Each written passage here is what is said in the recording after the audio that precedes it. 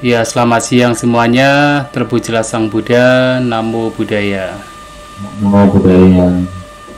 Ya, kembali siang hari ini sesuai dengan jadwal kita melanjutkan pelajaran berkenaan dengan pokok dasar agama Buddha, yang mana kita melanjutkan terutama adalah yang berkenaan dengan Padicak Sampada, tinggal sedikit lagi.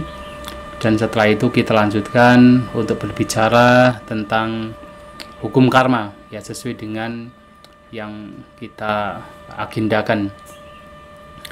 Ya, kemarin kita bicara bahwasanya dengan adanya upadana, dengan adanya tanha, nafsu keinginan, maka muncul upadana, berbagai macam kemelekatan.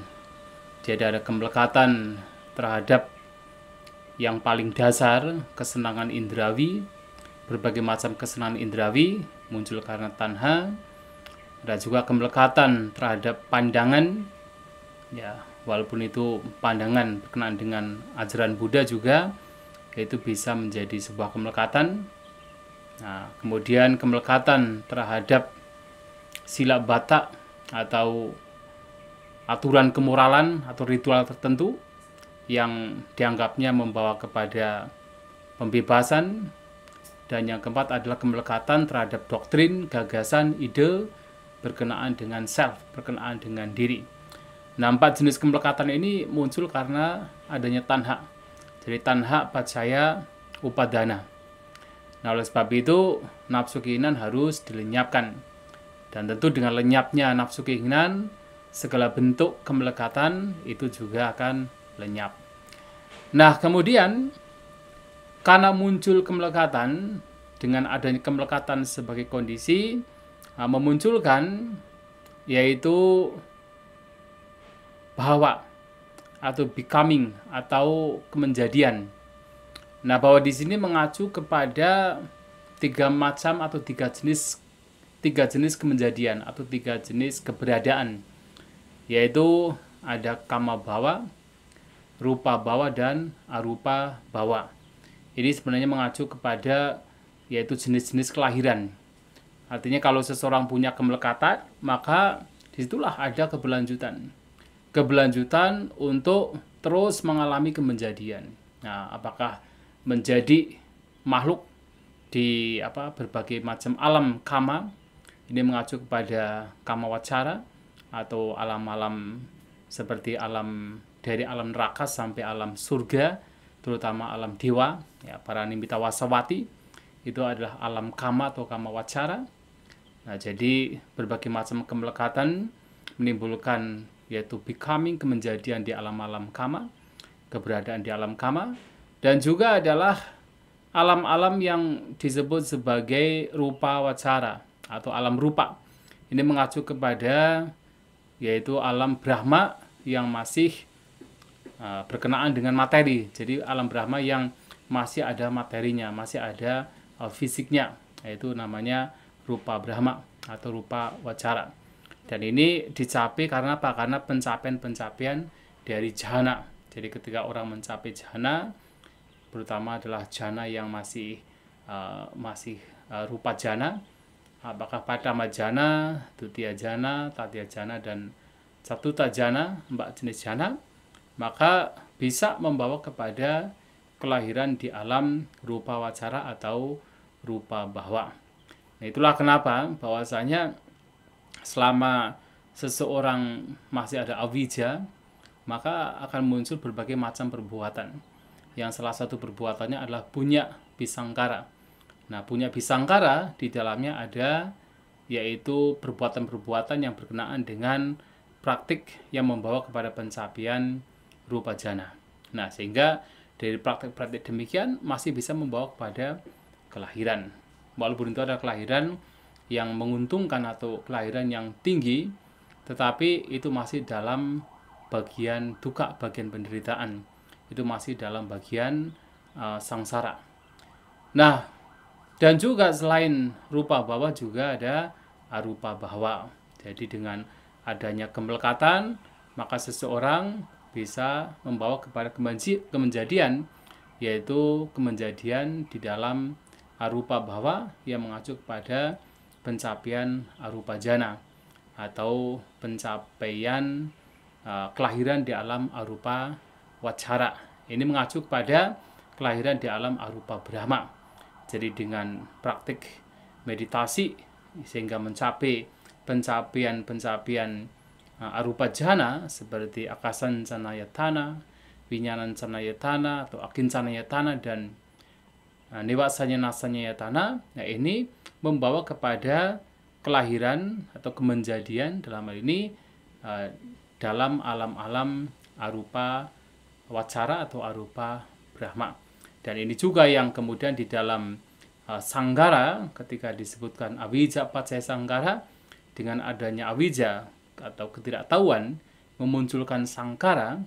Nah, sangkara di sini salah satunya adalah aninja sanggara, aninja bisanggara, atau perbuatan-perbuatan yang di sana membawa kepada batin yang kokoh, batin yang seperti tidak tergoncangkan, aninja. Ini mengacu pada arupa wachara, arupa jana. Nah, sehingga dalam konteks yaitu bhawa pun juga tidak hanya kama bhawa, tetapi juga ada rupa bhawa dan juga rupa bhawa, sebuah keberadaan yang sebenarnya dalam alam tumimba lahir ini keberadaan yang tinggi. Nah, tetapi walaupun itu tinggi, setinggi apapun itu masih dalam konteks yaitu konteks sangsara, sehingga itu juga bukan menjadi tujuan. Bahkan mengikuti hal yang membawa kepada kemenjadian, walaupun ada kemenjadian dalam rupa Brahma atau arupa Brahma, itu bagian dari micca padipada atau jalan yang salah. Nah, oleh sebab itu ini pun juga harus ditinggalkan. Nah, inilah bagaimana upadana membawa kepada berbagai macam kemenjadian atau bhawa. Nah, bhawa pacaya jati, dengan adanya keberadaan, kemenjadian, maka ada kelahiran. Ya, sebenarnya itu dekat sekali, begitu ada kemenjadian ada kelahiran. Artinya seseorang terlahir di berbagai macam alam kehidupan. Ya, tadi ada alam kama wachara, rupa wachara, dan juga alam arupa wachara.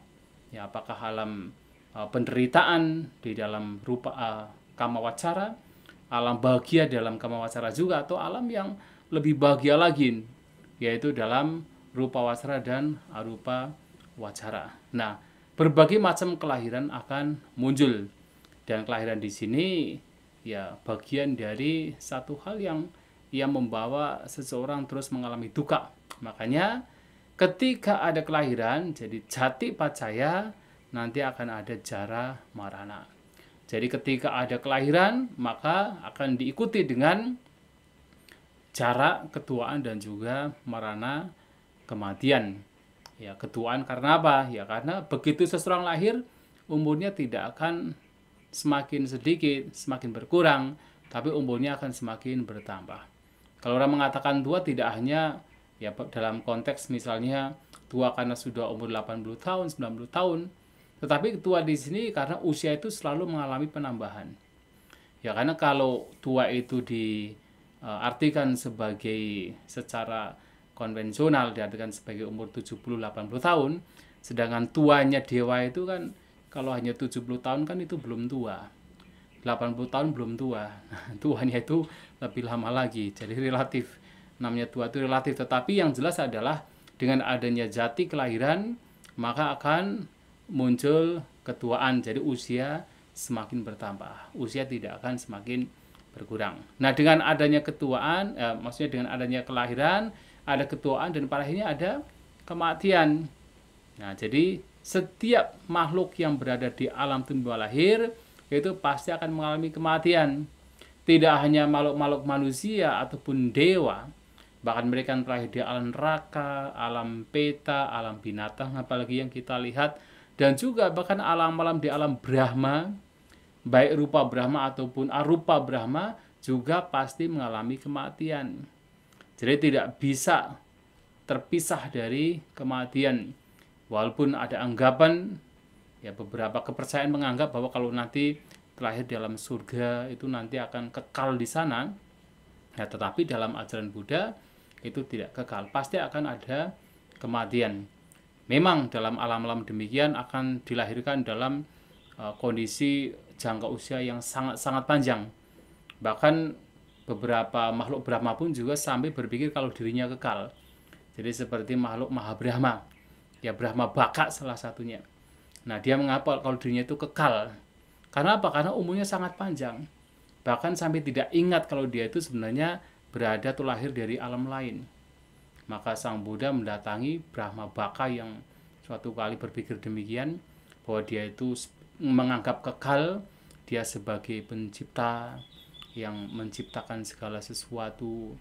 Nah, Sang Buddha datang ke sana bahwa segala sesuatu sifatnya tidak kekal. Brahma Baka juga tidak kekal. Yang menganggap dirinya kekal pun juga tidak kekal. Kematian pasti akan terjadi, siapapun. Nah, sehingga setiap ada kelahiran pasti ada usia tua dan pasti berakhir dengan kematian. Dan di antara yaitu kelahiran sampai kematian ada juga soka, paridewa, duka, domanasa, upaya. Soka ada kesedihan, paridewa ratap tangis. Jadi kalau soka itu ada kesedihan, ratap tangis itu sudah termanifestasi ke dalam yaitu fisik seperti memukul-mukul dada, itu namanya paridewa. Jadi lamenting atau itu ratap tangis. Soka, paridewa, duka. Nah, duka di sini mengacu kepada duka penderitaan secara fisik biasanya.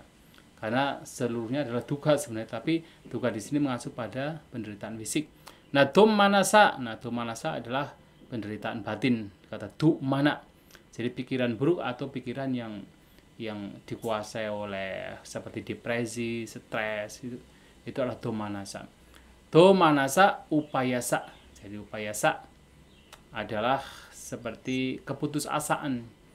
Nah, jadi upayasa, asa itu adalah harapan. Jadi upayasa itu seperti putus harapan, keputusasaan.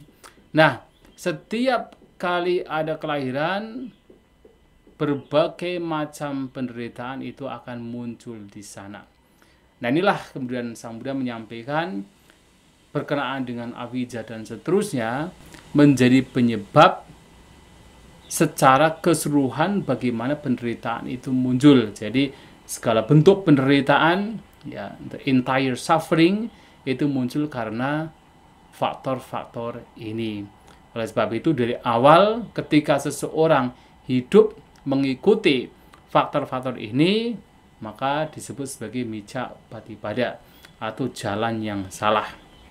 Nah, siapakah yang mengikuti ini? Ya, sebenarnya setiap orang yang tidak terbebaskan, yang belum mencapai kesucian, ya sebenarnya kebanyakan mengikuti faktor-faktor ini. Apakah orang tahu atau tidak, belajar tentang padicca samuppada atau tidak, ya 12 faktor inilah yang membawa, yang terus mencengkram, mendorong, menjadi driving force bagi setiap makhluk untuk terus mengalami duka, mengalami penderitaan. Maka 12 faktor ini harus dilenyapkan. Nah, mengupayakan melenyapkan 12 faktor ini disebut sebagai samapadipada atau jalan yang benar. Nah, bagaimana melenyapkan?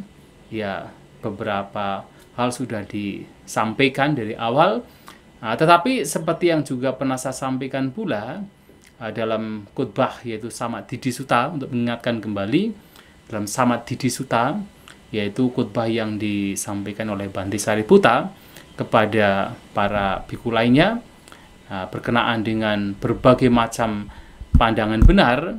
Nah, di sana faktor-faktor dari 12 faktor yang kemunculannya bersebab ini atau dwadasangga padicca samuppada ini itu bisa dilenyapkan dengan cara seseorang mempraktikkan jalan mulia berunsur 8. Nah, jadi ketika dikatakan misalnya apa itu vedana, misalnya perasaan.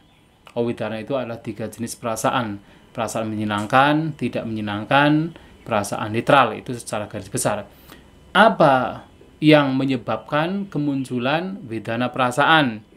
Wedana disebabkan oleh phasa. Nah, kemudian bagaimana perasaan ini menjadi lenyap? Katakan bagaimana pelenyapan perasaan? Ketika tidak ada phasa, tidak ada kontak, maka perasaan juga tidak akan muncul. Dan ditanya, apa yang menyebabkan atau cara apa yang menyebabkan perasaan ini lenyap? Nah, kemudian Bhante Sariputta menyampaikan dengan praktik jalan mulia berunsur 8. Nah, di sini dengan mempraktikkan jalan mulia berunsur 8 yang kita semua tahu, ada pandangan benar, ada pikiran benar, ucapan benar, perbuatan benar, penghidupan benar, daya upaya benar, perhatian benar, dan juga konsentrasi yang benar. Ini adalah jalan yang membawa kepada lenyapnya perasaan. Nah, ini adalah jalan yang membawa kepada pembebasan. Nah, demikian pula ketika berbicara tentang phasa. Apa itu phasa? Phasa itu adalah berbagai macam kontak yang muncul karena 6 indera. Maka ada 6 jenis phasa, 6 jenis kontak. Dan ini apa yang memunculkan phasa? Tidak lain adalah salayatana. Bagaimana cara melenyapkan phasa? Dan sama, tidak lain adalah dengan jalan mulia berunsur 8. Nah, sampai kepada avijja. Dan yang menarik di sini adalah berkenaan dengan avijja. Kalau dalam Dwadasanga Padicca Samuppada kan hanya diawali dari avijja. Tetapi tidak ditemukan atau tidak disebutkan apa yang menyebabkan avijja, kemunculan avijja. Ternyata dalam Samadhi Sutta, avijja itu muncul karena kilesa, karena kotoran batin. Jadi semakin seseorang itu punya batinnya terkotori oleh berbagai macam katakan kotoran batin, maka di sana akan memunculkan avijja, ketidaktahuan.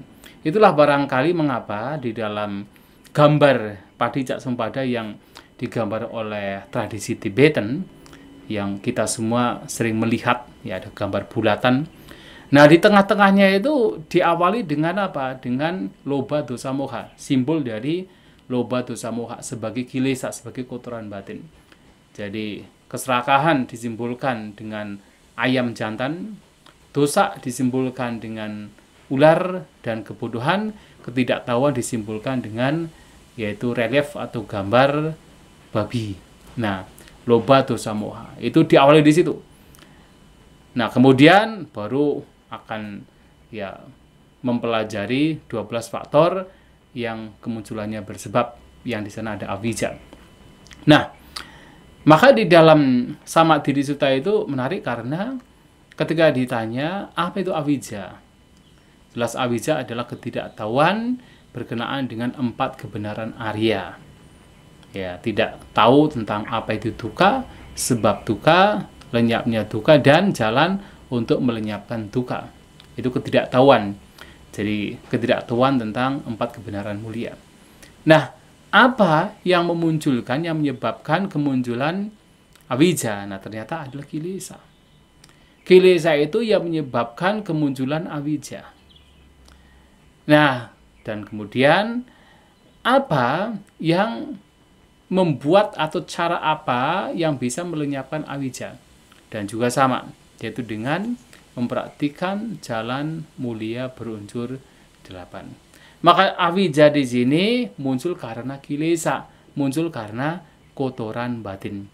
Artinya semakin seseorang batinnya terkotori, tebal dengan keserakahan, kebencian, dan ketidaktahuan, semakin seseorang tidak akan paham apa itu penderitaan, apa itu sebabnya, apa itu padamnya, dan jalan untuk membawa kepada padamnya penderitaan.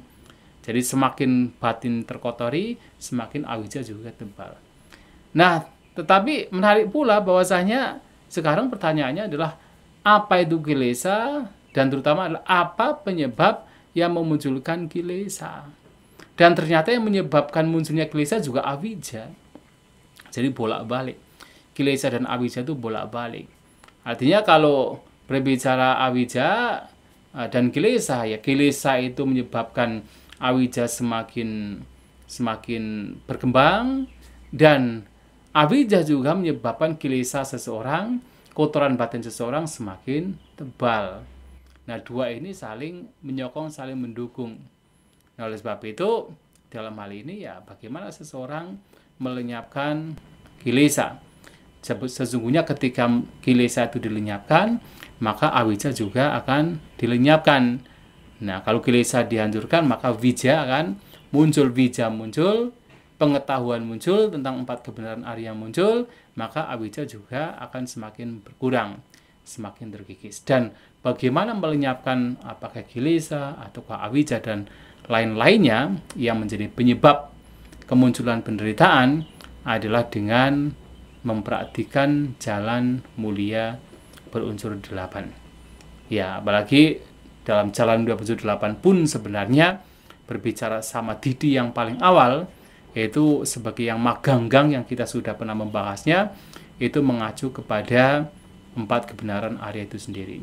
Jadi artinya semakin seseorang memahami 4 kebenaran Arya, 4 kebenaran mulia, Cattari Arya Satjani, nah itu adalah juga bagian dari faktor yang membawa kepada hancurnya kilesa itu sendiri, membawa hancurnya awija, sangkara, vinyana, dan seterusnya. Nah, ada sebuah pertanyaan yang terkadang juga ditanyakan oleh beberapa orang, beberapa umat, berkenaan dengan bagaimana kita memotong. Nah, terkadang seseorang kan menggunakan lingkaran dari 12 faktor sebab musabab yang saling bergantungan. Bagaimana kita memotongnya? Dari mana kita memotongnya? Apakah dari awija? Apakah dari mana? Nah, untuk menjawab pertanyaan tersebut, referensi yang ada di dalam Visuddhimagga itu juga penting untuk kita perhatikan. Yang mana dalam Visuddhimagga, Bhante Buddhaghosa menyampaikan bahwa kita bisa memotong 12 faktor yang kemunculannya bersebab ini, itu bisa dari mana saja. Jadi tidak harus misalnya karena itu adalah awija dianggap yang pertama, maka harus dipotong dari awijanya saja. Tidak. Kita bisa memotong dari mana saja, apakah dari awija, dari pertengahannya, atau dari ujungnya. Jadi apakah dari pangkalnya, dari pertengahannya, atau ujungnya, atau dari mana saja. Nah, itu diibaratkan seperti kalau seseorang pergi ke ladang atau ke hutan, kemudian menemukan ada tumbuhan menjalar. Jadi tumbuhan menjalar yang panjang itu, yang kalau dalam bahasa Pali adalah lata. Lata itu yang tumbuhan menjalar. Nah, seperti ada satu tumbuhan yang biasa digunakan untuk daun sirih. Tumbuhan sirih itu menjalar. Daun sirih itu menjalar. Maka daun sirih disebut sebagai bumi lata atau seringkali disebut sebagai naga lata. Tumbuhan menjalar yang hidup di alam naga. Kemudian diambil dari alam naga, ditanam di alam manusia menjadi bumi lata. Tumbuhan menjalar yang tumbuh di alam bumi. Nah, kalau di Sri Lanka namanya bulat. Nah, bulat itu bukan bundaran. Bulat itu dari kata bumi, bumi, lat itu lata. Jadi tumbuhan menjalar di alam bumi. Nah, kemudian ketika seseorang pergi ke hutan mendapatkan tumbuhan menjalar, kadang-kadang untuk bisa mengetahui ujung pangkalnya, nah, dia menemukan pangkalnya. Ketika pangkalnya ditarik, diulur begini, nanti sampai ujungnya juga. Artinya ketika seseorang itu memahami dari awija, yaitu pangkalnya, ketika ditarik-tarik nanti ketemu ujungnya. Nah, artinya bisa dipotong dari pangkalnya, bisa dipahami dari pangkalnya. Atau misalnya melihat tumbuhan menjalar, dia tidak tahu pangkalnya mana, ujungnya mana. Yang tahu adalah badannya. Tapi begitu ditarik-tarik, nanti ya pangkalnya juga ketemu, ujungnya juga ketemu. Maka bisa memotong dari tengah juga. Makanya kan seperti kemarin ketika berbicara tentang Vedana, nah itu dengan memahami Vedana, memahami perasaan, seseorang bisa terbebaskan. Atau misalnya dengan memahami Salayatana, yang itu juga masih bagian di tengah-tengah, seseorang bisa terbebaskan. Atau misalnya berbicara tentang yaitu the proximate cause of suffering, jadi penyebab terdekat penderitaan yang sering disebut sebagai tanha, ya seperti dalam 4 kebenaran Arya, berbicara tentang apa itu padamnya duka penderitaan adalah padamnya secara total tanha, nafsu keinginan, dan nafsu keinginan atau tanha itu juga berada di tengah. Nah, ketika itu dipahami, dihancurkan, maka yang lainnya juga ikut hancur. Maka bisa dari tengah, dipotong dari tengah. Atau misalnya dari paling belakang. Nah, dari paling belakang itu. Jadi ketika ada orang pergi ke hutan, kemudian tidak tahu, ini ada tumbuhan menjalar, tahu ada tumbuhan menjalar, kelihatan ujungnya, nah, tapi tidak tahu badannya mana, pangkalnya mana. Tapi begitu ujungnya dicabut atau dipegang terus diulur-ulur begitu, nanti ya tengahnya juga akan tampak, kemudian juga akhirnya juga pangkalnya juga akan tampak. Nah, sehingga dari mana saja bisa dipotong. Kita bisa memahami dari mana saja. Ya, jadi inilah bagaimana 12 faktor yang kemunculannya bersebab padi jak samupada ini bisa dipahami dari mana saja. Yang seseorang barangkali lebih paham karena ada seseorang yang lebih katakan intens untuk memahami itu awija, lebih intens untuk memahami barangkali sangkara, lebih intens untuk memahami vinyana nama rupa, atau salayatananya, atau vedananya, tanahanya, dan apapun itu ketika itu dipahami dengan benar, sesuai dengan dhamma, kebijaksanaan dhamma, itu bisa membawa kepada penghancuran kotoran batin secara total, penghancuran penderitaan. Nah, ini adalah 12 faktor padijak samupada. Yang juga menarik di sini juga sebenarnya 12 faktor padijak samupada ini juga menjadi satu alat yang digunakan oleh Sang Buddha dan juga para siswa beliau untuk bisa katakan mengcounter atau melawan berbagai macam pandangan yang salah yang ada pada zaman itu. Yang seperti kita ketahui salah satu pandangan salah yang muncul pada zaman Sang Buddha, ya dua diantaranya adalah Sassata Didi dan Uceda Didi. Sassata Didi adalah pandangan salah mengenai kekekalan, bahwa ada semacam entitas, semacam self, semacam diri, person yang mengembara dari satu kehidupan ke kehidupan lainnya. Sedangkan Uceda Didi adalah pandangan yang menganggap bahwa tidak akan ada kelahiran kembali. Yang menganggap bahwasanya yang namanya self diri itu sama dengan jasmani. Jasmaninya hancur, maka diri self juga ikut hancur. Bahkan ada anggapan yang memang betul-betul tidak ada self, tidak ada diri. Maka kalau tidak ada self, tidak ada diri, bagaimana ada kelahiran kembali? Dan juga kalau ada diri, kalau diri itu juga muncul karena jasmani, jadi diibaratkan seperti kalau seseorang itu sedang makan daun sirih dicampur dengan berbagai macam bumbunya, ada kapur, ada ya macam-macam, itu nanti akan memunculkan warna merah. Nah, warna merah itu muncul karena berbagai macam bumbu termasuk daun sirih. Nah, daun sirih dan juga berbagai macam bumbu itu dianggapnya sebagai materi atau jasmani. Warna merah adalah sebagai self atau atma. Nah, karena warna merah itu muncul karena berbagai macam yaitu ingredient tadi, termasuk sirih, maka kalau sirihnya tidak ada, kapurnya tidak ada, kemudian ada semacam namanya jambi, gambir itu ingredientnya itu tidak ada, maka di sana tidak akan muncul warna merah. Nah, demikian pula analoginya adalah karena self itu muncul karena jasmani, begitu jasmani hancur, ya self tidak ada, lenyap.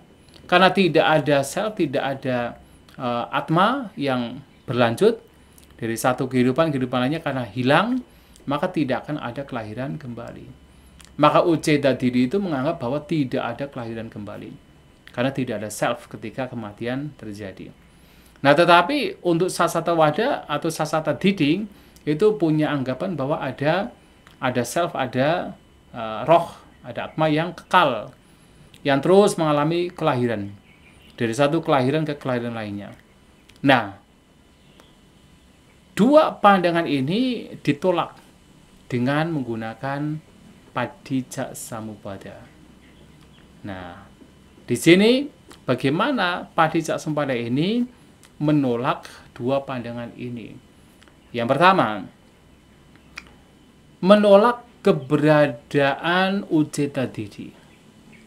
Nah, menolak keberadaan bahwa tidak ada kelahiran kembali. Tetapi di dalam 12 faktor sebab musabab yang saling bergantungan ini atau yang kemunculannya bersebab ini, ternyata dipahami bahwasanya karena satu faktor dengan faktor lain itu saling mendukung, ya, saling mensupport, maka muncullah keberlanjutan. Nah, keberlanjutan di sini salah satunya adalah muncul kelahiran. Ada kelahiran di masa mendatang, alam mendatang. Nah, Uceta Didi yang tidak percaya dengan keberadaan kelahiran mendatang itu tercounter dengan hukum atau dengan katakan pemahaman 12 faktor yang membawa kepada kelahiran kembali. Ya kan, dengan adanya berbagai macam faktor sampai bawah, maka muncullah jati kelahiran. Berbagai macam kelahiran akan terjadi. Nah, tetapi juga pandangan yang pertama yaitu Sasata Didi juga ditolak. Mengapa? Kalau Sasata Didi itu menganggap bahwa ada self yang kekal, yang terus mengalami berbagai macam kelahiran, dan itu ditolak. Kenapa? Karena setelah melihat berbagai macam faktor, dari 12 faktor yang mereka saling menyokong dan saling mendukung, masing-masing faktornya itu tidak ditemukan. Ada entitas di sana.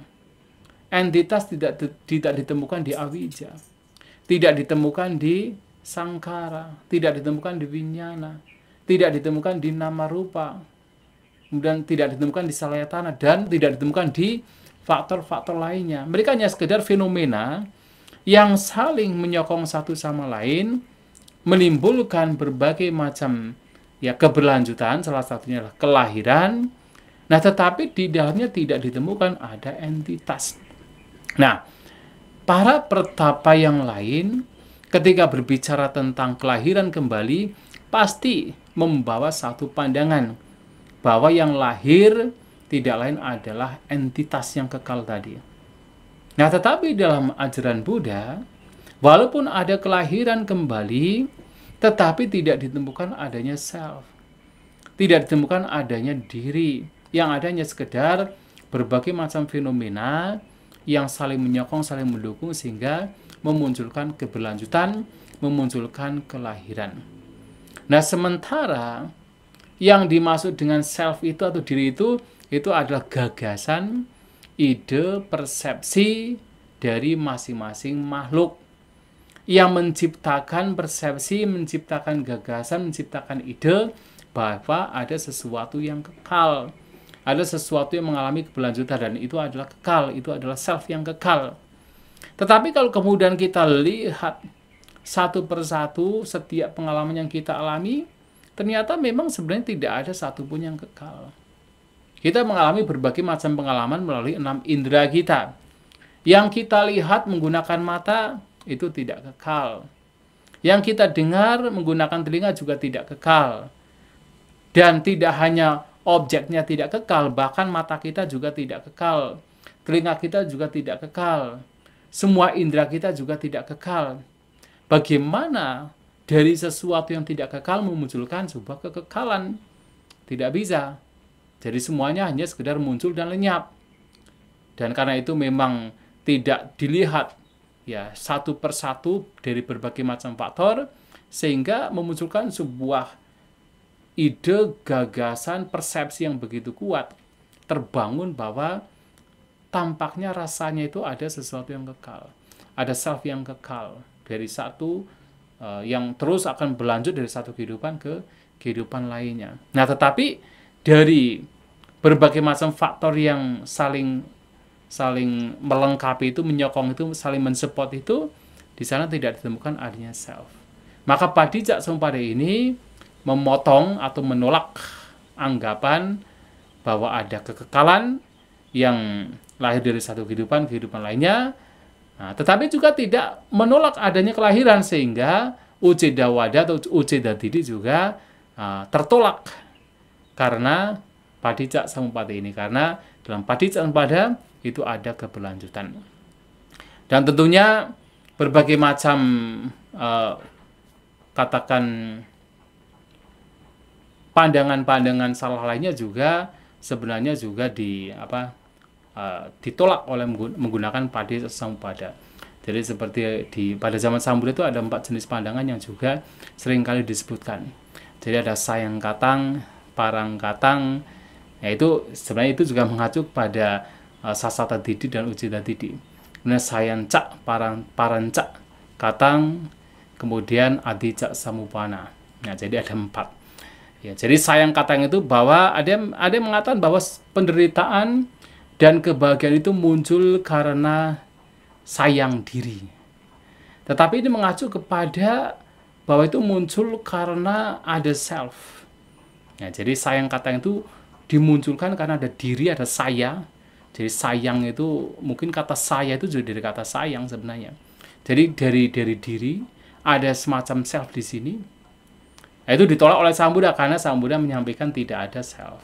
Dan juga segala penderitaan, segala kebahagiaan itu muncul dari parang katang dilakukan oleh orang lain. Nah, atau katakan sesuatu yang lain. Nah, sesuatu yang lain itu juga bisa sesuatu yang lain yang ada kekuatan luar, dan juga sesuatu yang lainnya yang katakan sesuatu yang berbeda. Berbeda dalam artian adalah masih dalam diri tetapi berbeda. Jadi dulu dan sekarang. Jadi yang menyebabkan kebahagiaan dan penderitaan itu adalah sesuatu yang berbeda. Nah, tetapi itulah kenapa di dalam Visuddhimagga kan nak caso naca anya. Bukan sama tapi juga bukan berbeda. Tapi kalau mengatakan berbeda itu jadi ada semacam yaitu sesuatu yang bukan orang itu juga. Jadi sesuatu yang betul-betul berbeda. Nah, termasuk adalah berbeda karena kekuatan luar. Nah, itu juga ditolak. Nah, karena sayang katang parang katang ditolak, kemudian ketika anggapan sayang cak parang cak katang disebabkan oleh diri atau yang berbeda, nah itu juga ditolak. Karena keduanya sebenarnya masih beranggapan ada sesuatu self sebenarnya. Jadi juga ditolak. Ya, dalam Padijak Samuppada juga ya tadi disampaikan tidak ada self, sehingga anggapan-anggapan ini juga ditolak. Nah, tetapi kemudian yang nomor 4, Adijak Samupana, itu juga jelas ditolak oleh Sang Buddha menggunakan Padijak Samuppada. Karena apa? Karena Adijak Samupana ini beranggapan bahwasanya apapun yang muncul, segala bentuk fenomena yang muncul, menyenangkan atau tidak menyenangkan, itu muncul tanpa adanya sebab ataupun kondisi. Jadi muncul secara tiba-tiba, muncul secara spontan, jadi tidak ada sebab ataupun kondisi. Ya jelas, itu ditolak oleh Sang Buddha, karena apapun yang muncul, apapun itu muncul karena berbagai macam sebab. Tidak ada satupun fenomena yang muncul tanpa adanya sebab ataupun kondisi. Semua muncul karena sebab dan kondisi. Maka Adijak Samupana itu ditolak. Nah, Adijak Samupana ini seringkali salah satu yang memegang pandangan ini adalah orang-orang yang dulu pernah terlahir sebelum terlahir sebagai manusia. Pada zaman Sang Buddha ada beberapa orang yang dulu itu terlahir di alam Asanyasata. Jadi ada alam Asanyasata. Jadi alam di mana dikatakan tidak ada sanya, tidak ada persepsi, tidak ada pengenalan. Jadi ada yang mengatakan tidak ada 4 khandha. Sebenarnya waktu itu pikirannya itu pasif sekali.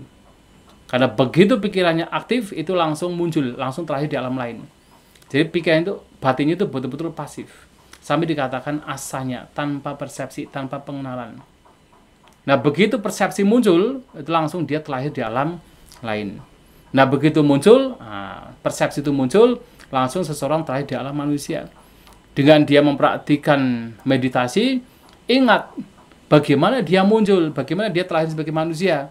Dan dia hanya ingat sampai pada ketika dia itu muncul. Dan dia itu merasa itu muncul bukan dari mana-mana. Muncul secara tiba-tiba, secara spontan. Nah, sehingga orang demikian berpikir bahwa segala sesuatu termasuk dirinya itu muncul tiba-tiba, tidak ada sebab ataupun kondisi. Disebut sebagai adicca samuppanna. Tapi ada juga yang punya pandangan demikian hanya sekedar logika saja. Jadi tidak ada pengalaman tertentu. Nah, Sang Buddha menolak pandangan seperti ini karena segala sesuatu muncul dari berbagai macam sebab. Bahkan bukan satu-satunya sebab. Tidak ada namanya klausa prima, penyebab tunggal, tetapi ada berbagai macam penyebab dari kemunculan sebuah fenomena. Nah, pandangan-pandangan seperti ini juga ditolak oleh Sang Buddha.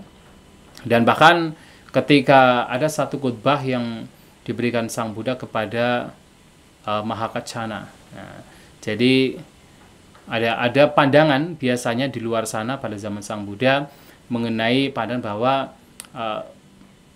ada dan tidak ada. Jadi ada pandangan bahwa ada sesuatu, tetapi ada pandangan yang tidak ada sesuatu. Nah, Sang Buddha menyampaikan bahwa Sang Buddha justru keluar dari dua pandangan ini dan membabarkan Padicca Samuppada sebagai majjhima, majjhima itu sebagai jalan tengah, sebagai ajaran tengah. Nah, yang dimaksud dengan ada itu bahwasanya ya ini ada sebuah keberadaan. Ada mengatakan inilah keberadaan, tapi ada kemudian pandangan tentang sebenarnya semua itu ilusi. Semua itu tidak ada, aslinya tidak ada. Nah, jadi ada dan tidak ada. Nah, Sang Buddha membabarkan Padicca Samuppada untuk menolak dua pandangan ini. Dan dikatakan bahwasanya seseorang yang memahami Padicca Samuppada, dia tahu ada kemunculan, ada keberadaan. Artinya ketika ada berbagai macam faktor, yaitu avijja dan seterusnya, maka ada keberadaan, ada kemunculan, dan itu tidak bisa dipungkiri. Tetapi kalau kemudian faktor-faktor ini lenyap, ya memang ada sebuah kepadaman. Nah, karena seseorang melihat ada kemunculan, melihat ada kepadaman, maka seseorang tidak lagi berdebat mengenai ada dan tidak ada. Ini juga pernah disampaikan oleh Sang Buddha. Nah, inilah para awuso bahwasanya Padicca Samuppada itu baik penting untuk kita pahami. Karena sekali lagi memahami Padicca Samuppada adalah memahami 4 kebenaran Arya. Memahami Padicca Samuppada, apalagi menembusnya, adalah juga jalan yang membawa kepada pembebasan. Dan ini disampaikan oleh Sang Buddha di berbagai khotbahnya, salah satunya dalam Mahanidana Sutta yang di awal sudah saya sampaikan.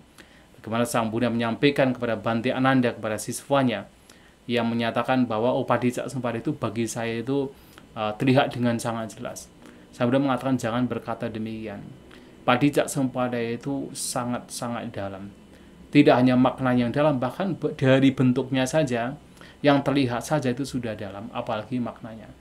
Dan disebabkan karena tidak memahami, tidak menembus Padicca Samuppada, nah makhluk-makhluk itu seperti terikat, seperti benang yang diikat, seperti ilalang yang diikat, seperti yaitu bola yang terbuat dari tali, tidak ditemukan ujung pangkalnya.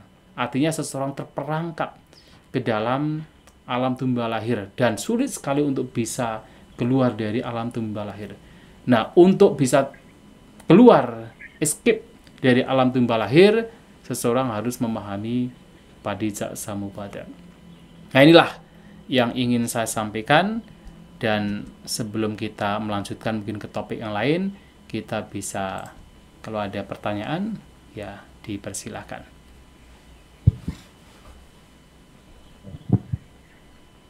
Siang Bante. Iya, selamat siang. Izin bertanya Bante. Berkenaan tadi kan Bante menjelaskan bahwa di Visuddhimagga itu ada, tadi Bante menjelaskan tentang adanya pertanyaan klasik. Ditanya umat bahwa bagaimana kita memotongnya. terus ada yang dari pangkal, itu dari Awija, tengah-tengahnya dari Wedana, Salayatana, Tanah. Kalau yang belakang bagaimana ya Bante? Itu Ya. apakah terus kalau berkenaan aplikasinya dengan saya menangkapnya begini Bante, izinnya. Kalau untuk yang memotongnya dari Awija, dari pangkalnya itu, jadi seseorang perlu masuk dari pemahaman mungkin pariyatinya dulu, ada bagaimana kan dari Awija jadi Wija gitu ya. Jadi bisa dipotong di sana. Udah. Ya, mau Bante putus tadi. Baik. Itu Bante yang tadi berkenaan memotongnya dari tengah-tengah itu. Mungkin bisa diawali dari awal ya. Baik-baik. Ini Bante yang tadi perumpamaan yang Bante menjelaskan dari pemotongannya dari yang berkenaan yang Wisuddhimagga itu Bante. Kan dari awal dari Awija. Terus kalau tengah dari Wedana, Salayatana atau Tanha. Kalau belakang itu contohnya potong dari apa ya? Setelah itu terutama kita memotongnya dengan praktek itu loh, meditasinya, aplikasinya dalam kesehariannya bagaimana Bante? Mohon dijelaskan supaya kita bisa mempraktekkannya Bante. Iya. Ya, terima kasih Bante. Ya, salah satunya adalah dengan perenungan seperti yang disampaikan oleh Bante Sariputta yang ada di dalam Samadhi Sutta. Nah, di sana kan ambil dari paling belakang. Jadi apa yang menyebabkan apa itu jara marana, kemudian apa yang menyebabkan jara marana, terus bagaimana jara marana lenyap, caranya bagaimana. Nah, kemudian itu yang direnungkan. Ya sebenarnya kan ketika merenungkan jara marana, ketuaan dan usia tua dan kematian, itu kan sebenarnya merenungkan penderitaan. Jadi menerima keberadaan ada duka, ada penderitaan. Ya salah satunya kan salah satu yang seseorang gunakan dalam praktik dhamma kan marananusati. Jadi perenungan terhadap kematian. Jadi merenungkan bahwasanya kematian itu sebagai bentuk penderitaan. Usia tua itu sebagai bentuk penderitaan. Karena begitu orang berusia tua, umurnya bertambah, ya berbagai macam penderitaan itu muncul. Ketika seseorang meninggal, penderitaan itu muncul. Nah, merenungkan bahaya usia tua, merenungkan bahaya dari kematian, itu seperti merenungkan keberadaan atau adanya penderitaan. Nah, dengan merenungkan demikian, seseorang tergugah untuk bagaimana terbebas dari penderitaan karena usia tua, karena kematian. Nah, termasuk di sana yang paling terakhir kan jara marana soka paridewa duka. Jadi tidak hanya usia tua dan juga kematian, ada juga kesedihan, ratatang dan sebagainya. Itu direnungkan bahwasanya selama kita hidup dalam alam tumbal lahir, ya penderitaan yang seperti ini harus masih dialami. Nah, sehingga memahami bahwasanya untuk bisa terbebas dari penderitaan ini adalah dengan jalan, yaitu melenyapkan jati, dan jati harus dilenyapkan, kesemuanya itu dilenyapkan dengan mempraktikkan jalan mulia berunsur 8. Nah, kemudian seseorang mempraktikkan jalan mulia berunsur 8.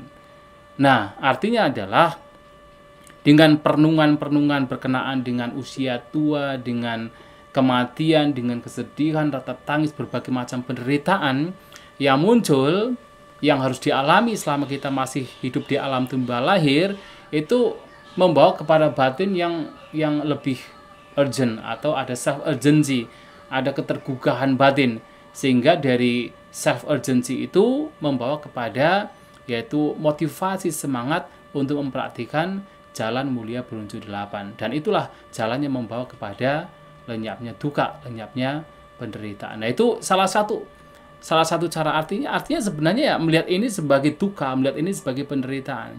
Usia tua, kematian itu sebagai bentuk penderitaan. Nah, makanya kan ada satu sutta di dalam Samyutta Nikaya, di Dewata Samyutta, ada namanya Acenti Sutta. Nah, di sana ada dewa yang datang kepada Sang Buddha dan menyampaikan tentang kehidupan itu sangat kehidupan manusia itu sangat cepat, terus diseret, umur itu sangat pendek. Nah, kemudian melihat bahaya dari kematian, jadi melihat bahaya dari kematian, seseorang hendaknya banyak melakukan kebajikan yang membawa kepada kebahagiaan. Itu dewa yang datang pada Sang Buddha. Sang Buddha mengatakan, ya memang umur manusia itu terus diseret, terus digiring upaniyanti, dan memiliki usia yang sangat pendek. Nah, melihat bahaya dari kematian, seseorang hendaknya segera meninggalkan lokamisang. Jadi seseorang yang mencari kedamaian hendaknya segera meninggalkan lokamisang. Lokamisang di sini mengacu pada kotoran batin. Nah, loka amisa. Jadi amisa itu semacam materi, semacam umpan dunia, itu adalah kotoran batin. Nah, sementara para dewa itu menyampaikan karena usia manusia itu pendek sekali, maka segera banyak berbuat kebajikan dengan harapan nanti terlahir di dalam surga. Tapi Sang Buddha berbeda, melihat bahaya kematian. Jadi maranang bayang pikkamano lokamisang pajahe santibeko. Jadi seorang yang mencari kedamaian, melihat bahaya kematian, hendaknya segera meninggalkan kotoran batin. Nah, perenungan-perenungan seperti itu membawa kepada semacam ketergugahan batin, sehingga seseorang akan tergugah untuk segera mempraktikkan jalan mulia berunsur 8. Bahkan ketika berbicara tentang Marananusati, sampai ketika Sang Buddha bertanya kepada para siswa beliau, ada khutbahnya dalam Anguttara Nikaya, tapi lupa nama khutbahnya apa. Nah, di sana ada berbagai macam praktik yang dipraktikkan oleh para siswa Sang Buddha tentang perenungan kematian. Sang Buddha bertanya, bagaimana kalian mengembangkan perenungan kematian? Nah, kemudian ada beberapa biku mengatakan, oh saya merenungkan kematian bahwasanya hidup saya itu tidak pasti. Mungkin saya hanya hidup satu hari satu malam.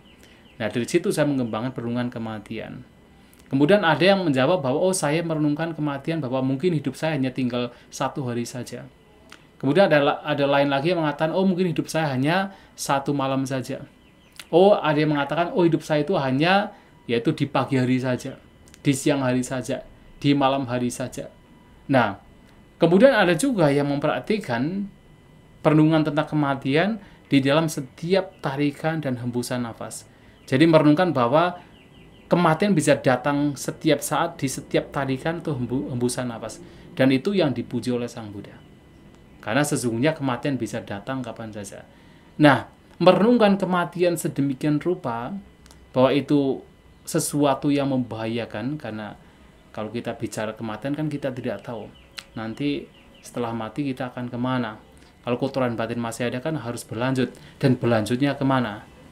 Nah, berlanjutnya kemana? Apakah yakin sudah pasti terlahir di alam surga? Apakah kita malah terlahir di alam rendah? Tidak tahu. Nah, melihat bahaya kematian dan artinya bahaya kelahiran juga dengan adanya kematian, nah dari situ memunculkan sebuah motivasi untuk segera terbebaskan. Nah, ini juga cara memotong dari pangkalnya. Dari ketika melihat bahaya kematian di sini, mempraktikkan jalan mulia berunsur 8 ini, ya kemudian ujung-ujungnya sampai pangkalnya juga kelihatan. Ternyata dalam praktek jalan mulia berunsur 8 ini juga akan membawa pada pemahaman, ada kelahiran, ada kemenjadian, ada kemelekatan, ada tanha, dan seterusnya. Ada awija. Nah, sehingga seseorang bisa fokus dengan apapun faktor yang ingin dipahami, yang mana semua itu pada akhirnya juga membawa kepada praktik, yaitu jalan mulia berunsur 8. Nah, itu yang dimaksud. Itu salah satu yang dimaksud. Ya. Jadi Bante, potongnya dari berbagai tempat ini. Betul. Itu tergantung dari, saya mendapat satu pemikiran, mohon dikoreksi. Apakah itu tergantung dari latar belakangnya makhluk itu, kecenderungannya, caritanya, kotoran batinnya kan berbeda-beda. Jadi bisa berbeda-beda approach-nya kan. Tapi selama mereka prakteknya mengarah ke dengan berdasarkan jalan mulia berunsur 8,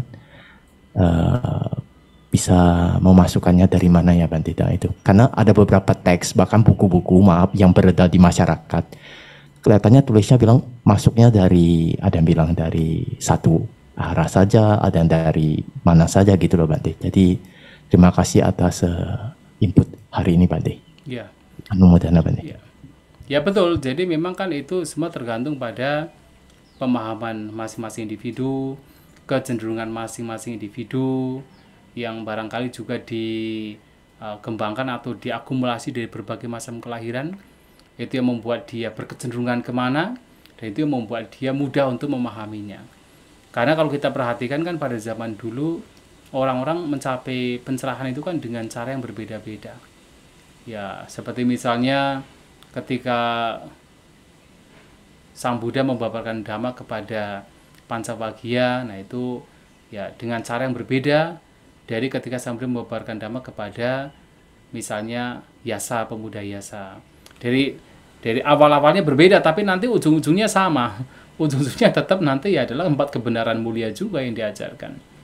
Nah, jadi tetap nanti yang diajarkan adalah 4 kebenaran Arya, yang di sana ada pengembangan jalan mulia menuju 8. Tetapi beberapa orang bisa melewati dari hal-hal yang berbeda.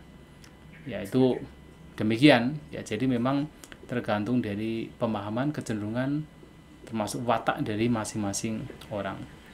Makanya kan kita kadang-kadang ketika ya berbicara tentang praktek Dhamma, kita tidak bisa memaksa, oh kamu harus ini dulu, kemudian baru ini dan ini, itu tidak bisa memaksa.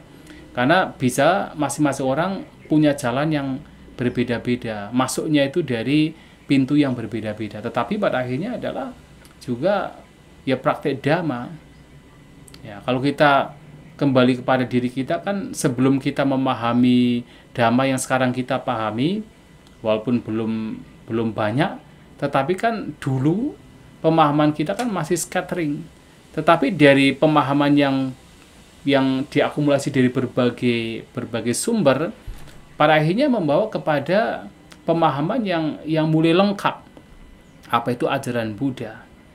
Ya, ada mungkin seseorang yang belajar dari awal dari praktek berdana dulu, tidak peduli dengan apa itu sila, apa itu meditasi, yang penting berdana, suka berdana. Ada orang yang mungkin belajarnya pokoknya datang ke wihara ikut-ikutan, hanya tahu Karanyamita Sutta saja, hanya tahu baca parita saja, itu pun tidak tahu artinya.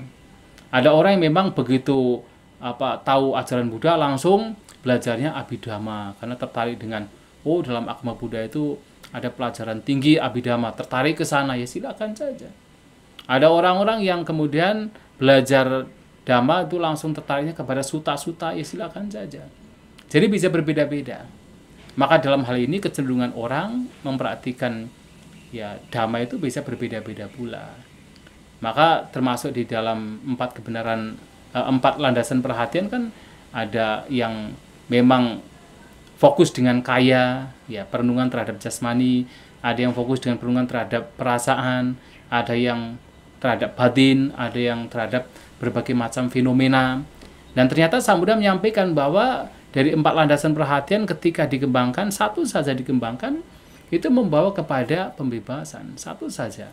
Mungkin ada beberapa orang yang memang fokusnya kepada jasmani, tapi begitu mengenali jasmani dengan baik, yaitu sebenarnya yang lainnya juga dikenali juga, tapi dominan kepada jasmani. Ada yang memang lebih cenderung kepada vedana, perasaan. Ya seperti yang di zaman sekarang pun kan seperti contohnya yang diajarkan oleh Goenka, itu kan mengacu pada vedana. Ya silakan saja. Tapi dengan memahami perasaan juga yang lainnya juga terpahami juga, cuman yang dominan adalah perasaan. Jadi bisa dari mana-mana. Tapi pada akhirnya tetap yang dipraktikkan tidak lain adalah jalan mulia berunsur 8. Dan tidak akan lari dari situ, tidak akan keluar dari situ. Jadi praktek apapun dalam Buddhism, apakah itu samatha vipassana, praktek sila, apa samadhipanya, praktek sata bojjhanga dan sebagainya, itu tidak akan lepas dari jalan mulia berunsur 8. Pasti akan ke situ.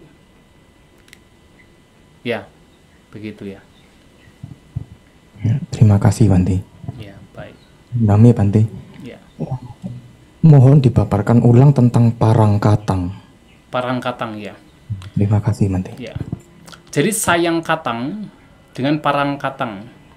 Jadi sayang katang itu mengacu kepada bahwa ada pertanyaan, apa yang menyebabkan penderitaan dan kebahagiaan. Ada mengatakan sayang katang. Katang itu artinya di is done dalam bahasa Inggris, atau dilakukan, atau katakan dalam hal ini mengacu kepada muncul karena. Nah, jadi apa yang menyebabkan atau disebabkan ya? Jadi apa yang menyebabkan penderitaan dan kebahagiaan seseorang? Yang pertama adalah sayang katang, disebabkan oleh diri sendiri. Oleh diri sendiri. Nah, tetapi ketika mengatakan diri sendiri, itu biasanya itu mengacu kepada ada semacam self. Ada semacam self. Ada semacam entitas yang tidak berubah. Yang tidak berubah. Nah, itu adalah sayang katang. Nah, ketika disampaikan bahwasanya yang menyebabkan kebahagiaan dan penderitaan adalah parang. Parang itu sebenarnya kalau diterjemahkan secara sederhana itu orang lain atau yang lain. Kalau sayang adalah diri sendiri, parang itu yang lain. Nah, parang katang di sini disebabkan oleh yang lain itu bisa mengacu kepada yaitu kekuatan luar, ya maaf saja. Misalnya kekuatan pencipta misalnya begitu, kekuatan luar, tapi bisa juga itu mengacu kepada bahwa ada si penyebab, ada penyebab yang katakan yang lain, kemudian yang mendapatkan juga yang lain, itu mengacu pada diri sendiri. Jadi sesuatu yang lain tetapi diri sendiri. Jadi dulu dan sekarang itu berbeda. Jadi semacam ada self yang berbeda dulu dan sekarang. Nah, itu disampaikan di dalam kitab Bulasan. Nah, tetapi yang paling jelas itu adalah yaitu ada kekuatan lain, ada faktor lain. Nah, jadi disebabkan oleh faktor lain. Dan itu oleh Sang Buddha juga ditolak. Nah, kalau dua-duanya ditolak, kemudian yang ketiga juga jelas ditolak. Yang keempat, yang muncul karena tanpa sebab, itu pasti ditolak.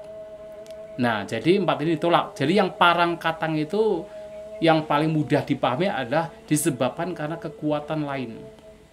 Nah, itu juga ditolak. Tetapi dalam satu kesempatan lain, itu juga ada seseorang yang bertanya kepada Bhante Sariputta, kemudian juga ada yang bertanya kepada Sang Buddha. Ketika ditanya, apa yang menyebabkan penderitaan seseorang? Ada yang mengatakan sayang katang, parang katang, sayancak parancak katang, dan juga adijak samupanang. Nah, Bhante Sariputta dan juga di kesempatan lain Sang Buddha sendiri mengatakan bahwa yang menyebabkan penderitaan seseorang itu tidak lain adalah phasa, kontak. Dengan adanya kontak, maka muncullah penderitaan. Karena apa? Salah satunya adalah dukkha vedana. Dengan munculnya kontak, maka muncul penderitaan.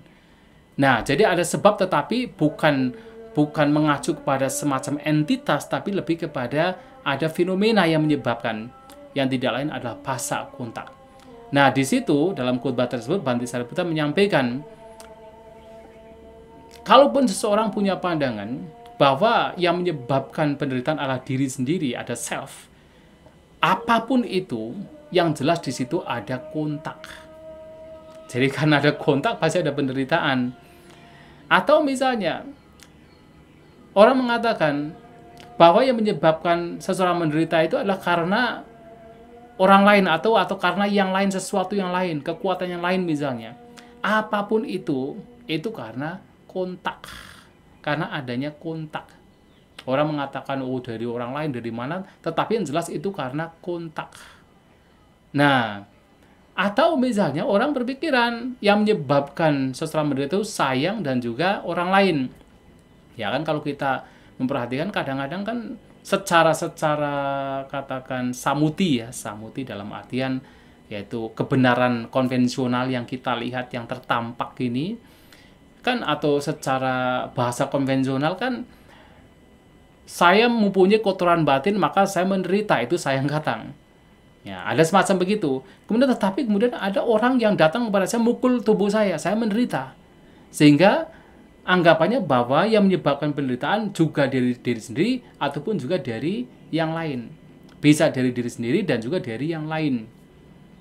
Nah, Bhante Sariputta mengatakan apapun itu apapun itu, apakah dari diri sendiri atau yang lain, tetap itu semua muncul karena ada kontak. Hanya ketika ada kontak, ada sentuhan, maka muncul penderitaan. Nah, tiga ini kenapa itu ditolak? Itu karena masih ada dalam secara filosofis. Ini mengacu pada filosofis, ini mengacu pada, boleh dikatakan, paramata sacanya. Secara filosofis itu akan ada persepsi bahwa ada self. Apakah self itu diri sendiri, sesuatu yaitu self diri, atau self di yang lain, atau keduanya. Jadi ada self yang menyebabkan penderitaan, self dalam diri yang menyebabkan penderitaan, ada self di luar sana yang menyebabkan penderitaan, dan ada dua jenis self, diri sendiri dan juga yang lain yang menyebabkan penderitaan. Nah, tetapi dalam hal ini Sang Buddha, Bhante Sariputta, tidak menggunakan sayang, parang, tetapi menggunakan phasa, istilah phasa. Jadi apapun orang yang bicara, apakah itu dari diri sendiri atau orang lain atau yang lain, itu semua terjadi karena ketika ada sentuhan, ketika ada phasa. Ini memang lebih mengacu kepada filosofis. Jadi mengapa? Karena pada zaman itu, pada zaman Sang Buddha, ketika berbicara sayang katang, parang katang, sayang cak parang tak, paran cak katang, itu selalu diasosiasikan dengan adanya self, adanya diri. Dan itulah yang kemudian Sang Buddha itu tidak terperosok ke dalam pandangan seperti itu, tapi lebih kepada yaitu bahwa ada penyebab, tetapi penyebab ini adalah fenomena, dan fenomena ini tidak ditemukan self, tidak ditemukan diri. Nah, penyebabnya adalah phasa, yaitu kontak. Nah, itu yang dimaksud. Jadi memang kalau secara konvensional ya memang kita bisa mengatakan diri sendiri ya. Kan seringkali kita juga mendengar istilah atahi atanonato, bahwa diri sendiri adalah pelindung bagi diri sendiri secara konvensional. Tetapi karena pada zaman Sang Buddha, 4 pandangan ini sering dibahas oleh para pertapa lain, oleh para brahmana lain, dan selalu mengacu keberadaan self, itulah yang Sang Buddha hati-hati untuk tidak terperangkap ke sana. Sehingga ketika ada pembicaraan seperti ini, 4 hal ini itu ditolak. Nah, alih-alih kemudian menggunakan 4 hal ini, sambil menggunakan ada fenomena. Ya, fenomena di sini ya padicca samuppada, yang itu menunjukkan keberadaan berbagai macam fenomena yang menyebabkan duka penderitaan. Yang salah satunya adalah ada phasa. Nah, ada sentuhan, ada kontak, tapi dalam kontak sentuhan tidak ditemukan yaitu self, tidak ditemukan diri. Nah, itu sebenarnya yang dimaksud dalam 4 pandangan yang sering dibahas pada zaman Sang Buddha oleh para brahmana pertapa lain, dan itu selalu mengacu pada keberadaan self, keberadaan diri. Apakah diri yang sama atau diri yang berbeda, atau diri ini atau diri yang berada di luar diri ini. Nah, diri yang sama ini ya diri ini maksudnya ya sayang katang, atau diri yang berbeda itu parang katang, atau diri yang ada di sini sayang katang, atau diri yang berada di luar. Nah, kekuatan luar itu juga ada semacam pandangan ada diri di sana. Nah, karena itu selalu mengacu pada self, maka Sang Buddha tidak menggunakan istilah demikian, lebih kepada fenomena. Ya, mudah-mudahan bisa dipahami. Ya, anumodana Bhante. Ya, ini gambarnya tidak kelihatan ya. Suara aja ya Bhante. Suara saja. Oh ya. Iya. Ini Bhante, ada hal yang ini sangat kritikal ya dalam pemahaman ini Bhante. Tadi dinyatakan bahwa di Visuddhimagga ada pernyataan bukan sama juga tidak berbeda. Nah, di anggapan luas itu ada beranggapan bahwa yang pindah-pindah dari kehidupan satu ke kehidupan satunya, ada yang bilang itu patisantiwinyana. Nah, kalau misalnya saya menggunakan parable sebagai misalnya satu pelita, misalnya pelita A. Nah, pelita A ini bentuknya tertentu, warnanya tertentu. Dan setelah selanjutnya dia menjadi sejenis pelita juga, tapi bentuknya beda, warna beda, dan seterusnya. Nah, itu apakah bisa dikorelasikan dengan parable itu atau parable debt collector? Jadi seseorang setelah setelah meninggal, terurainya 4 unsur badan ini yang yang mengikutinya itu ada yang mengikuti, ada bilang oh tidak ada yang mengikuti. Nah, mohon Bante mengklarifikasikan ini Bante, karena ini pertanyaan klasik yang membuat kita puzzle ya. Jadi banyak pertanyaan ini. Jadi mohon dijelaskan terutama dari aspek bukan sama juga tidak berbeda Bante. Terima kasih Bante. Iya. Sebenarnya istilah natsaso natsaanya bukan sama dan juga bukan berbeda. Itu mengacu karena kita itu kan sekarang, keberadaan kita sekarang ini kan muncul juga disebabkan karena fenomena-fenomena sebelumnya. Jadi bukan sesuatu yang lain, bukan fenomena yang lain, tetapi muncul disebabkan karena fenomena-fenomena sebelumnya yang berkesinambungan sehingga sampai sekarang. Nah, sehingga apa? Tidak dikatakan sebagai berbeda, tapi juga dikatakan tidak sama juga. Karena yang dulu dengan yang sekarang juga sebenarnya berbeda atau tidak sama. Tetapi juga dikatakan ya bukan berbeda 100% dengan kata lain, karena sekarang kita muncul dari fenomena yang lain juga yang dulu itu. Nah, termasuk ketika berbicara tentang kelahiran juga sama. Ketika kita dilahirkan nanti dalam kehidupan mendatang, kelahiran dalam kehidupan mendatang pun juga natsaso natsaanya. Artinya bukan yang sama tapi juga bukan yang beda. Artinya adalah natsaso bukan yang sama karena apa? Natsaso itu ya bukan yang sama karena memang ya yang kelahiran yang mendatang dengan yang sekarang kita alami kan dua hal yang berbeda. Tetapi karena yang mendatang itu juga kelanjutan dari yang sekarang, kelanjutan dari keberadaan yang sekarang, dan juga bukan keberadaan yang lain tapi keberadaan yang sekarang, maka juga dikatakan natsa anyo, bukan yang lain.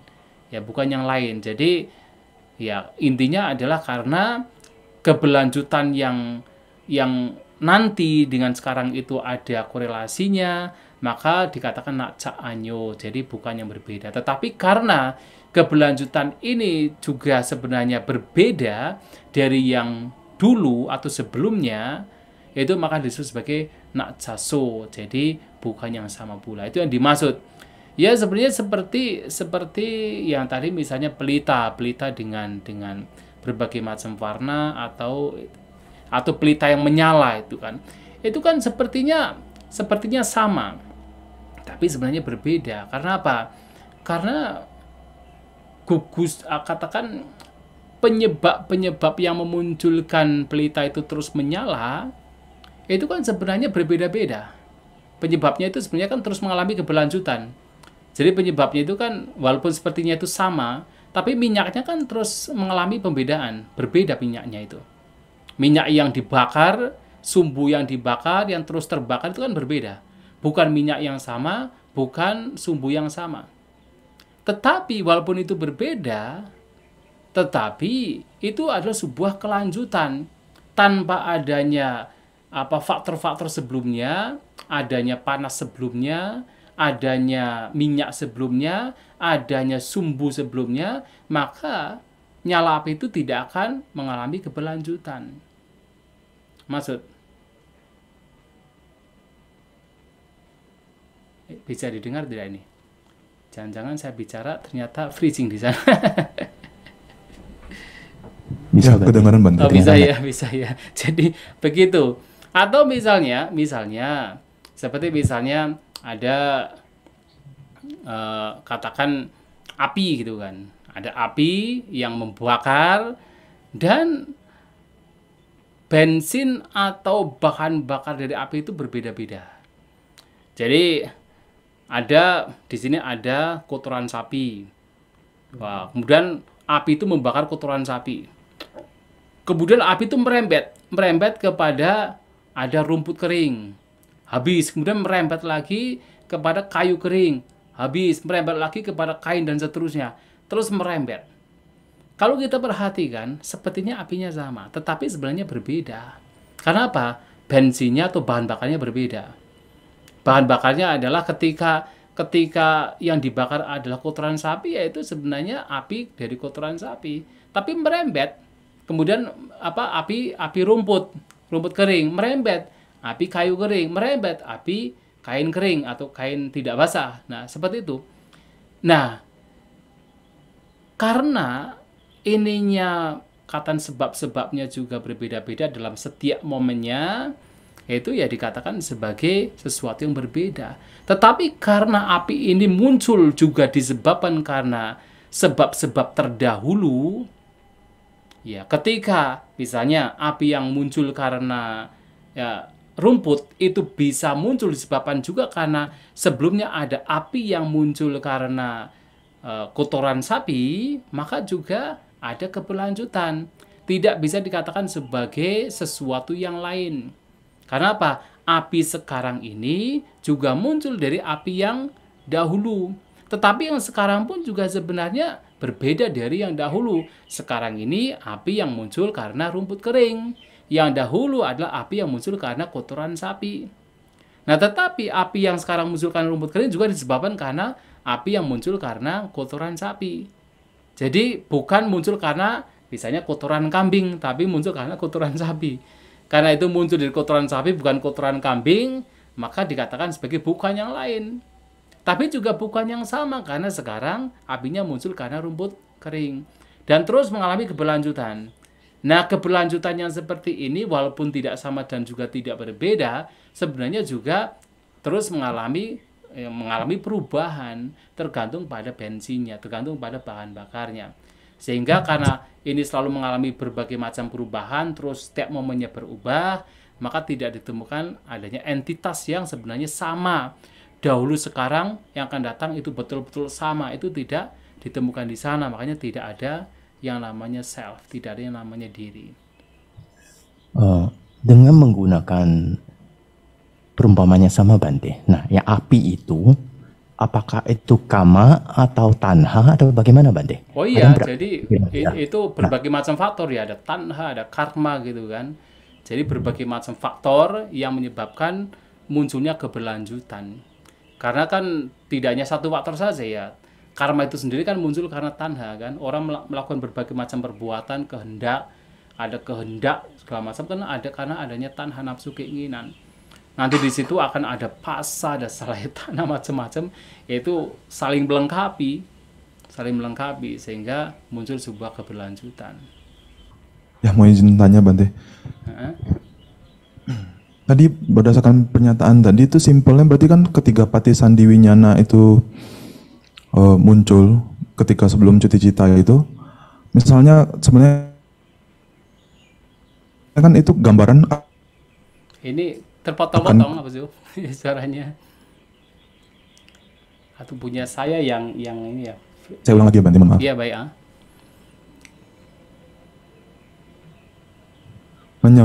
Menyambung yang tadi Pati Sandi Winyana, sebenarnya kan ketika Pati Sandi Winyana itu terjadi di satu momen itu sebenarnya kan itu adalah pencetus di mana alam kita selanjutnya akan terlahir lagi.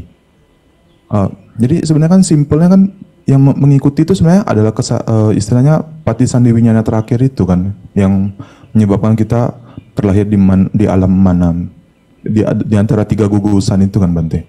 Simpelnya kan seperti itu kan. Begini. Sebenarnya Pati Sandi Winyana itu hanya sebagai istilah saja. Cuti cita juga hanya sebagai istilah. Yang ada itu adalah kesadaran yang terus begini. Terus munculnya. Nah, dalam kesadaran yang terus munculnya tergantung pada bahan bakarnya. Nah, ketika kesadaran itu terjadi sebelum seseorang atau pada saat seseorang mati disebut sebagai cuti cita.